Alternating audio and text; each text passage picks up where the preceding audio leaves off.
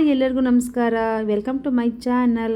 ನಮ್ಮೆಲ್ಲರ ಮೆಚ್ಚಿನ ಮುದ್ದಿನ ಗಣೇಶನ ಹಬ್ಬ ಬರ್ತಾ ಇದೆ. ಬನ್ನಿ ಫ್ರೆಂಡ್ಸ್, ಅದ್ರ ಬಗ್ಗೆ ನಾವು ತಿಳ್ಕೊಳ್ಳೋಣ ಬನ್ನಿ. ಗಣೇಶ ಹಬ್ಬವನ್ನು ಲೋಕಮಾನ್ಯ ತಿಲಕರು ಸಾರ್ವಜನಿಕ ಹಬ್ಬವನ್ನಾಗಿ ಆಚರಿಸಲು ಕರೆ ನೀಡಿದ ಬಳಿಕ ಭಾರತದಾದ್ಯಂತ ಅದ್ಧೂರಿಯಾಗಿ ಆಚರಿಸಲಾಗುತ್ತದೆ. ಆದರೆ ಇದಕ್ಕೂ ಮುನ್ನ ಗೌರಿ ಗಣೇಶ ಹಬ್ಬ ಅಥವಾ ಗೌರಿ ಹಬ್ಬವನ್ನು ದಕ್ಷಿಣ ಭಾರತದಲ್ಲಿ ಮಾತ್ರ ವಿಶೇಷವಾಗಿ ಆಚರಿಸಲಾಗುತ್ತದೆ. ಈ ಹಬ್ಬ ವಿವಾಹಿತ ಸ್ತ್ರೀಯರಿಗೆ ಮೀಸಲಾಗಿದ್ದು, ಸಾಮಾನ್ಯವಾಗಿ ಹಿಂದೂ ಕ್ಯಾಲೆಂಡರ್ ಪ್ರಕಾರ ಭಾದ್ರಪದ ಶುದ್ಧ ತೃತೀಯ ದಿನದಂದು, ಅಂದರೆ ಭಾದ್ರಪದ ಮಾಸದ ಮೊದಲ ಪಕ್ಷದ 3ನೆಯ ದಿನ ಆಚರಿಸಲಾಗುತ್ತದೆ. ಗೌರಿ ಹಬ್ಬದ ಮರುದಿನ ಅಂದರೆ ಭಾದ್ರಪದ ಶುದ್ಧ ಚತುರ್ಥಿ, ಅಂದರೆ ಭಾದ್ರಪದ ಮಾಸದ ಮೊದಲ ಪಕ್ಷದ 4ನೆಯ ದಿನ ಗಣೇಶ ಹಬ್ಬವನ್ನು ಆಚರಿಸಲಾಗುತ್ತದೆ. ಗೌರಿ ಹಬ್ಬವನ್ನು ವಿವಾಹಿತ ಮಹಿಳೆಯರು ಆಚರಿಸುವ ಹಬ್ಬವಾಗಿದ್ದು, ಈ ದಿನದಂದು ತಮ್ಮ ಪತಿಯರಿಗೆ ಹೆಚ್ಚಿನ ಆಯಸ್ಸು, ಸಂತಾನಭಾಗ್ಯ ಮತ್ತು ಕುಟುಂಬಕ್ಕೆ ಸಮೃದ್ಧಿಯನ್ನು ಬೇಡಿಕೊಳ್ಳುತ್ತಾರೆ. ಈ ಹಬ್ಬದ ಆಚರಣೆ ಮತ್ತು ವಿಧಿವಿಧಾನಗಳು ಹೆಚ್ಚು ಕಡಿಮೆ ವರಮಹಾಲಕ್ಷ್ಮಿ ಹಬ್ಬದಂತೆಯೇ ಇದೆ.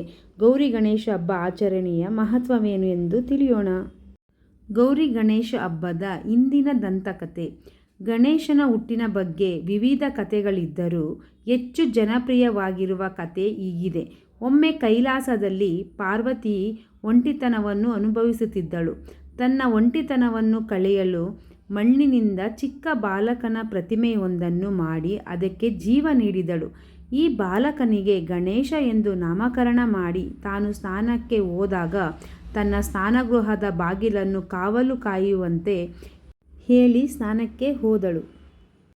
ಈ ಸಮಯದಲ್ಲಿ ಕೈಲಾಸಕ್ಕೆ ಆಗಮಿಸಿದ ಶಿವ ಒಳಗೆ ಬರಲು ಯತ್ನಿಸಿದಾಗ ಬಾಲಕ ಗಣೇಶ ಶಿವನನ್ನು ತಡೆಯುತ್ತಾನೆ.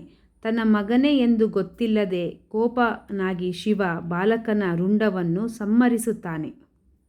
ಬಳಿಕ ಸ್ನಾನ ಮುಗಿಸಿ ಹೊರಬಂದ ಪಾರ್ವತೀದೇವಿ ತನ್ನ ಮಗನ ಶವವನ್ನು ಕಂಡು ಅತ್ಯಂತ ದುಃಖಿತಳಾಗುತ್ತಾಳೆ.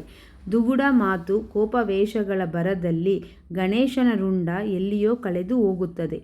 ಪಾರ್ವತಿಯನ್ನು ಶಾಂತಗೊಳಿಸಲು ಶಿವ ಬಾಲಕನಿಗೆ ಜೀವ ನೀಡುವ ವಾಗ್ದಾನ ನೀಡುತ್ತಾನೆ. ಆದರೆ ಕಳೆದು ಹೋದ ರುಂಡ ಸಿಗದೇ ಇರುವ ಕಾರಣ ತನ್ನ ಬೆಂಬಲಿಗರಲ್ಲಿ ಕಾಡಿನ ಕಡೆಯಿಂದ ಯಾವ ಪ್ರಾಣಿ ಮೊದಲು ಬಂದಿತೋ ಅದನ್ನೇ ಗಣೇಶನಿಗೆ ಇರಿಸುವುದಾಗಿ ತಿಳಿಸುತ್ತಾನೆ. ಬಳಿಕ ಬಿಳಿಯ ಆನೆಯೊಂದು ಪ್ರಥಮವಾಗಿ ಪ್ರತ್ಯಕ್ಷವಾಗುತ್ತದೆ. ಅಂತೆಯೇ ಆನೆಯ ತಲೆಯನ್ನು ಬಾಲಕನ ಮುಂಡಕ್ಕೆ ಜೋಡಿಸಿ ಜೀವ ನೀಡಲಾಗುತ್ತದೆ. ಅಂತೆಯೇ ಗಣೇಶನ ಮುಂಡ ಮಾನವರಂತಿದ್ದರೂ ರುಂಡ ಮಾತ್ರ ಆನೆಯ ರೀತಿಯಲ್ಲಿ ಇದೆ. ಗಜಮುಖನೆಂಬ ಹೆಸರು ಬಂದಿದೆ. ಈ ರೀತಿ ಗಣೇಶನಿಗೆ ಆನೆ ಮುಖ ಬಂದಿದೆ. ಆದ್ದರಿಂದ ಅವತ್ತಿನಿಂದ ಗಣೇಶ ಗಜಮುಖ ಎಂದು ಪ್ರಸಿದ್ಧವಾಗುತ್ತದೆ. ಹಬ್ಬದ ದಿನ ಮಹಿಳೆಯರು ಬೆಳಗ್ಗೆ ಸ್ನಾನ ಮುಗಿಸಿ ಹೊಸ ಸೀರೆಯನ್ನು ಉಟ್ಟು ತಯಾರಾಗುತ್ತಾರೆ. ತಮ್ಮ ಮನೆಯ ಚಿಕ್ಕ ಹೆಣ್ಣು ಮಕ್ಕಳಿಗೆ ಹೊಸ ಬಟ್ಟೆ ತೊಡಿಸಿ ಸಿಂಗರಿಸಿ ಸಿದ್ಧಪಡಿಸುತ್ತಾರೆ. ಪ್ರಥಮ ವಿಧಿಯಾಗಿ ಜಲಗೌರಿ ಅಥವಾ ಅರಿಶಿನ ಗೌರಿಗೆ, ಅಂದರೆ ಅರಿಶಿನದಿಂದ ಮಾಡಿದ ಗೌರಿಯ ಮೂರ್ತಿ ಪೂಜೆಯನ್ನು ಸಲ್ಲಿಸಲಾಗುತ್ತದೆ. ಬಳಿಕ ತಟ್ಟೆಯೊಂದರಲ್ಲಿ ಧಾನ್ಯಗಳನ್ನು ಇರಿಸಿ ಅದರ ಮೇಲೆ ಗೌರಿಯ ಪುಟ್ಟ ವಿಗ್ರಹವನ್ನು ಇರಿಸಲಾಗುತ್ತದೆ. ಆ ಬಳಿಕ ನಡೆಸುವ ಪೂಜೆಯನ್ನು ಅತ್ಯಂತ ಭಕ್ತಿಭಾವ, ಸ್ವಚ್ಛತೆ ಮತ್ತು ಮಂತ್ರ ಪಠಣಗಳಿಂದ ನಡೆಯುತ್ತದೆ. ವಿಗ್ರಹವನ್ನು ಬಾಳೆಕಂಬ ಮತ್ತು ಮಾವಿನ ತಳಿರು ತೋರಣದ ಮಂಟಪವೊಂದು ಸುತ್ತುವರಿದಿರುತ್ತದೆ. ಗೌರಿಯ ಮೂರ್ತಿಯನ್ನು ಸುಂದರವಾದ ಹೂವುಗಳು ಮತ್ತು ಹತ್ತಿಯ ಮಾಲೆಯಿಂದ ಅಲಂಕರಿಸಲಾಗುತ್ತದೆ.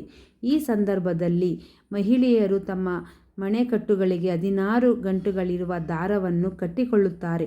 ಗೌರಿ ದಾರ ಎಂದು ಕರೆಯಲಾಗುವ ಈ ದಾರ ದೇವಿಯ ಅನುಗ್ರಹ ಪಡೆಯಲು ನೆರವಾಗುತ್ತದೆ.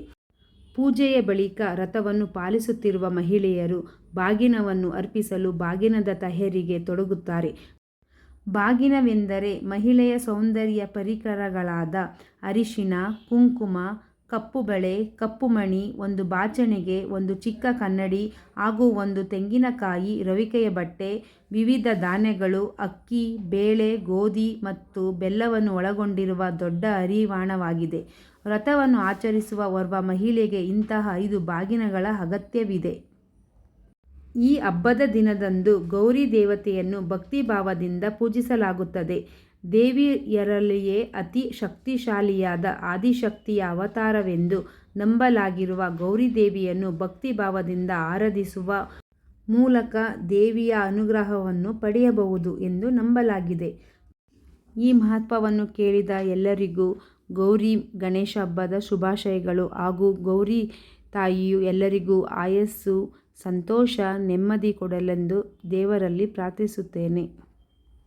ಧನ್ಯವಾದಗಳು.